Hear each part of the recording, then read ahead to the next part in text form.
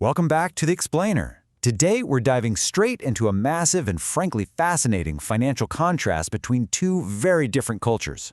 We're going to look at a totally unique approach to money that could absolutely change your financial trajectory. So $11,000. That is the amount of credit card debt the average American household is carrying around right now. It's a staggering number, right? That money is just sitting there, accumulating interest, and costing the average household over $1,000 a year just to maintain. Meanwhile, the average Japanese household carries almost none. Let that sink in for a second. In fact, total revolving credit card debt in the US is over $1.14 trillion, while Japan's is just a mere fraction of that. So you really have to ask yourself, why? Why does the average American household have 11 grand in credit card debt, while the average Japanese household has practically none? And before you assume it's all about income differences or government policy, let me just stop you right there. It isn't. It's actually about unwritten cultural rules baked directly into daily life. These are rules that most Japanese people follow without even thinking about them, and we're going to use these exact principles to completely shift how you build wealth. To do this, we're building a pyramid of wealth today. First, we'll establish the Japanese wealth mindset. Then look at building your financial engine. Third, we'll move from saving to investing. Fourth, we'll compare index funds versus dividends. And finally, we'll map out a solid 5-year wealth plan. All right, let's kick things off with part 1, the Japanese wealth mindset. We need to look at some specific cultural behaviors that prioritize resourcefulness over blind consumption.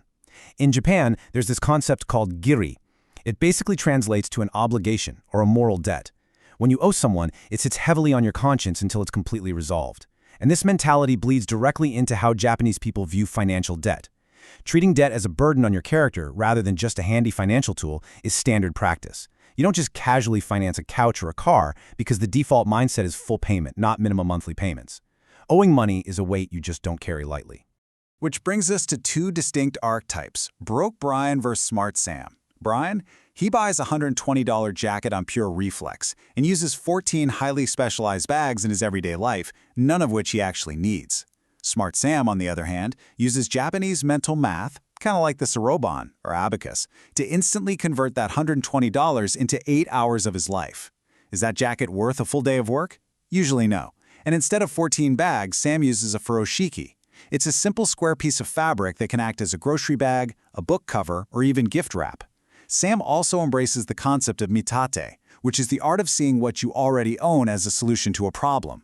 Like, just using a knife instead of buying a hyper-specialized avocado slicer. Brian outsources his math to credit cards. Sam internalizes it. The crucial point here is captured perfectly by a quote from a Japanese father explaining to his son why he drove a used vehicle for 4 years while saving up cash. He simply said, "The car is not yours until it is paid for."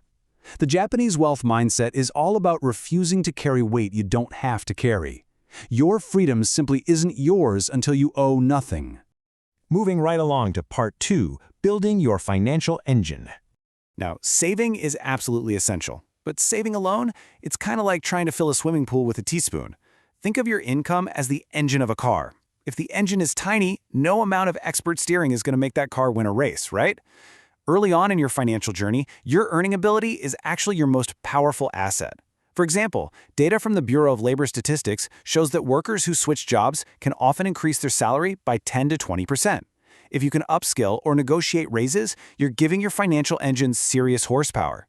Saving $300 a month is great, but increasing your income so you can save an extra $2,000 a month, that completely changes your momentum.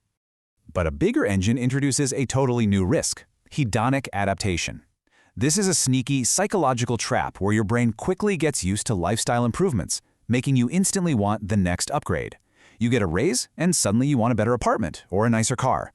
To avoid this kind of lifestyle inflation, the rule is incredibly simple but so powerful. Every time your income increases, save at least half of the raise. If you get a $1,000 bump, $500 gets invested automatically. The rest you can totally enjoy guilt-free, but this ensures your wealth actually grows alongside your paycheck. Okay, part 3. From saving to investing. This is where we transition from merely protecting your money to actually growing it. Think of it this way. Saving money is like storing seeds in a glass jar. It protects them, sure, but absolutely nothing grows. Investing money is like taking those seeds and planting them in the soil. It looks a bit messy at first, the weather might make it go up and down, but over time it grows into something massive. Keeping all your cash in a savings account earning 0.5% or 1% practically guarantees you're going to lose to inflation over time.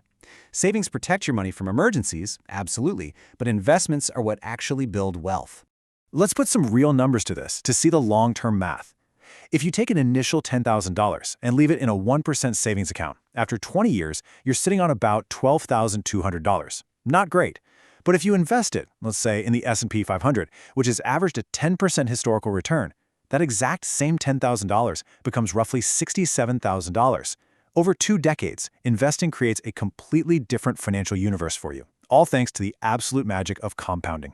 So how do you make this transition safely without, panicking? Follow these exact steps.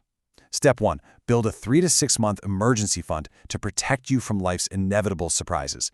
Step 2. Mentally separate the safety money from your growth money. Safety money doesn't move, growth money is allowed to fluctuate. Step 3. Start investing small amounts consistently just to build the muscle and the habit. And Step 4. Focus on simple, long-term investments like index funds.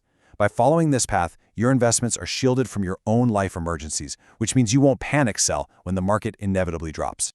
That takes us right into part 4, index funds versus dividends. We're at the peak of the pyramid now, looking at the actual vehicles you can use to make this happen. Let's say you want to retire with $50,000 a year in passive income. You've got 2 main paths.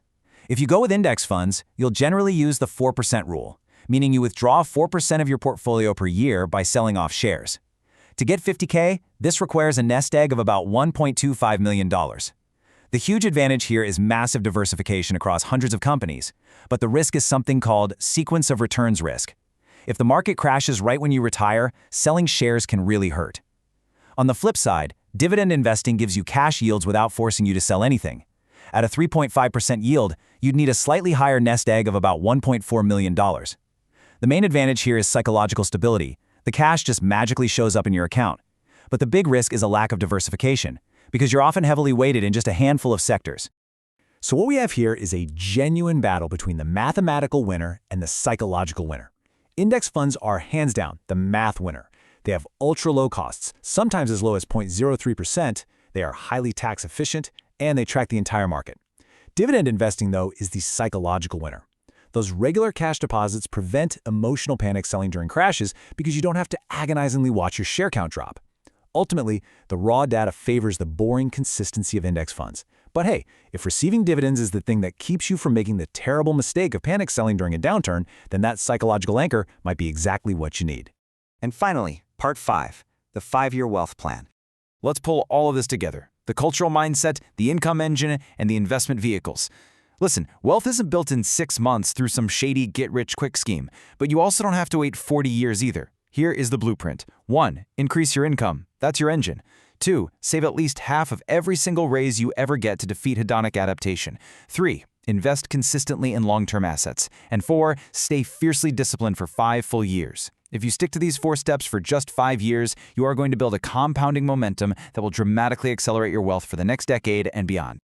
So, the most crucial thought I want to leave you with today is this. 5 years from now, that future arrives whether you prepare for it or not. The Japanese cultural habits of discipline, honoring your debts, and everyday resourcefulness, they are completely free to adopt right now, today. So are you going to keep carrying the heavy weight of consumer debt, or are you going to start laying the very first bricks of your own pyramid today? The choice is entirely yours.